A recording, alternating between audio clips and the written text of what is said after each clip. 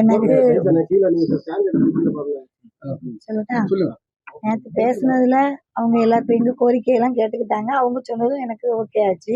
ஆனா தம்பிய வாங்குறத பத்தி நான் முடிவு எடுக்கல. எனக்கு அந்த போஸ்ட்மார்ட்டம் ரிப்போர்ட்லலாம் சரியான இது இல்ல. சிசிடிவி ஃபுட்டேஜ் கேட்டேன். புரோட்டோகால் படி அது நான் ஹைகோர்ட்ல போட்டு தான் வாங்க முடியும்னு சொல்லியிருக்காங்க. நான் அதுக்கு மூவ் பண்ணணும். இன்னொரு விஷயம் என்னன்னா, எனக்கு பெரிய வருத்தம்னு கூட சொல்லலாம். ஏன் எங்க சிஎம் விஜய் சார் வந்து ஒரு இரங்கல் கூட இன்னும் தெரிவிக்கலன்னு தெரியல. இந்த போலீஸ் இலாக்கா வந்து அவருடைய இதுல தானே இருக்கு. அப்ப அவரு எனக்கு அத பத்தி ஒரு தகவலுமே ஏன் சொல்லல? ஏன் மறைக்கிறாங்களா? இல்ல இந்த கேஸ திசை மாத்துறாங்களாங்கிற பயம் தான் எனக்கு இருக்கு. அவரு இறங்கி நான் இருக்கேன்னு ஒரு வார்த்தை சொல்லல. அவரு அவங்கள காப்பாத்த பார்ப்பாங்களா? அவங்களுடைய இத காப்பாத்த போறாங்களான்னு தெரியல. கடைசியில இது லாக்கப்ல கைதிகளால நடந்ததுன்னு சொல்லி கேஸ் மாத்திருவாங்களோங்கிற ஒரு பயம் என் மனசுல இருந்துகிட்டே இருக்கு. கேட்ட கோரிக்கை அது இன்னைக்கு இல்ல என்னைக்கு நடக்கும். ஆனா என் தம்பிக்கான நியதி அவனை நான் கொண்டு போய் அடக்கம் பண்ணதுக்கு முன்னால கிடைக்கணும். கிடைச்சாதான் அது உண்மையா இருக்கும். நான் அவனை வாங்கிட்டு அதுக்கப்புறம் நான் ஏதாவது பண்ணணும்னு நினைச்சா நடக்குமோ நடக்காதோ போயிட்டானேன்னு ஒரு எண்ணம் ஸ்லோ ஆயிரும். நான் அதுதான் பேசிட்டு இருக்கேன். நான் பேசிட்டு நான் என்னன்னு சொல்றேன். அமைச்சர்கள் 2 பேரும் இன்னைக்கு வரதா சொல்லியிருக்காங்க. எனக்கு வந்து அதை பத்தி எந்த தகவல் இல்ல. நாங்க இன்னும் பேசிட்டு தான் இருக்கோம். இப்போது வரைக்கும் என்ன வந்துட்டு இருக்காங்க பெரியவங்க. எஸ்பி வந்திருக்காங்க. தற்காலிக வேலை தருவதாகவும் இடம் தருவதாகவும் பிள்ளைக்கு படிப்பு செலவு தான். ஆமா.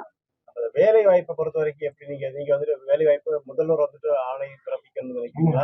அதிகாரப்பூர்வமான இப்ப ஆணை வேணும்ல, எழுதி வேணும்ல. ஏன்னா நாங்களே சார்ட்ட கேட்டோம், சார் நீங்க இப்படி சொல்றீங்க, நாளைக்கு நீங்க மாறி போயிட்டீங்கன்னா நாங்க யார்கிட்ட சார் போய் கேட்கணும்னா, இல்ல நான் வந்து எழுதி சொல்றேன், ரெக்கார்டு வச்சுக்கோங்க, நான் இங்க தானே இருப்பேன் அப்படின்னு சொல்லியிருக்காங்க.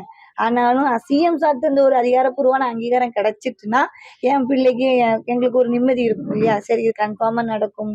இதுதான் நீங்க ஏன்னா நேற்று வந்து ஈவினிங் அங்க வந்து வந்த ஒரு ஆடியோ வந்து இருக்காங்க. இங்க நேற்று வந்தவங்க நான் இப்பதான் ஜாயின் பண்ணியிருக்கேன்ட்டு வராங்க.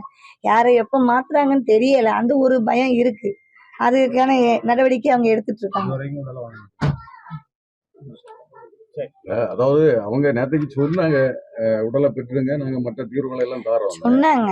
ஆனா இன்னைக்கு நீங்க அதுக்கு உடலை வாங்குறது எல்லாருமே நிறைய பேர் வந்து நாங்க இருக்கோம் சொன்னாங்க. இல்ல சாரும் சொல்றாங்க, நம்பிக்கை இருக்கு. கலெக்டர் சார் மேலயும் எஸ்பி சார் மேலயும் முழுமையா நம்பிக்கை இருக்கு. நல்லபடியா தான் பார்த்துட்டு இருக்காங்க. அதே மாதிரி வேலை விஷயத்துக்கு எனக்கு அங்கீகாரமான ஒரு அறிவிப்பு வேணும்ல. சிஎம் சார்ட்ட இருந்து கிடைச்சுன்னா அவளுக்கு எப்ப வேணாலும் வேலை நிரந்தரம்னு இருந்துன்னா எனக்கு நிம்மதி இருக்கும் இல்லையா? இல்ல 3 மாசம் பார்த்துட்டு வேகன்சி வந்ததுக்கு அப்புறம் வாமான்னு அனுப்பிட்டா நாங்க வாழ்வாதாரத்துக்கு என்ன பண்ணுவோம்? அந்த ஒண்ணுமாவது அவர் எனக்கு பண்ணி தரணும். அப்ப சிஎம் அறிக்கை வந்தா நீங்க உடனே வாங்கிடலாம்.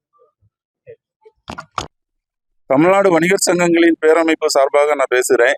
இது ஒரு வணிகர் அப்படிங்கிற ஒரு முறையில அவரை வந்து இன்னைக்கு வந்து அரெஸ்ட் பண்ணி ஜெயிலில் அடைச்சிருக்கிறாங்க. ஜெயிலில் வச்சு அவங்க வந்து இறந்துருக்குறாங்க.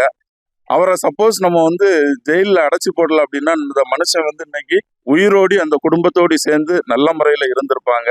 ஜெயிலில் வச்சு இறந்தனால கண்டிப்பா இதை வந்து அரசு பொறுப்பேற்கணும். அந்த மனுஷர் இன்னைக்கு உயிரோடி இல்லை. அதனால அரசு வந்து அவங்களுக்கு தேவையான சில நலத்திட்டங்கள், அதாவது 1 கோடி ரூபாய் இழப்பீடு கொடுக்கணும். அந்த 1 கோடி ரூபாய் வச்சுதான் அவங்களுடைய குடும்ப வாழ்வாதாரங்கள் மேம்படுறதுக்கு துணையா இருக்கும். இது போக இறந்து போன நபரின் மனைவிக்கு ஒரு அரசு நிரந்தர பணி கொடுக்க வேண்டும். ஒரு சின்ன குழந்தை இருக்குது 4 வயசு. அந்த குழந்தையினுடைய முழு படிப்பு செலவையும் அரசு ஏத்துக்கணும். இந்த 3 காரியங்களையும் அரசு செய்து கொடுக்கும் பட்சத்துல அந்த குடும்பம் வந்து இந்த துயரத்துல இருந்து மீண்டு வர்றதுக்கு வாய்ப்புகள் இருக்கு.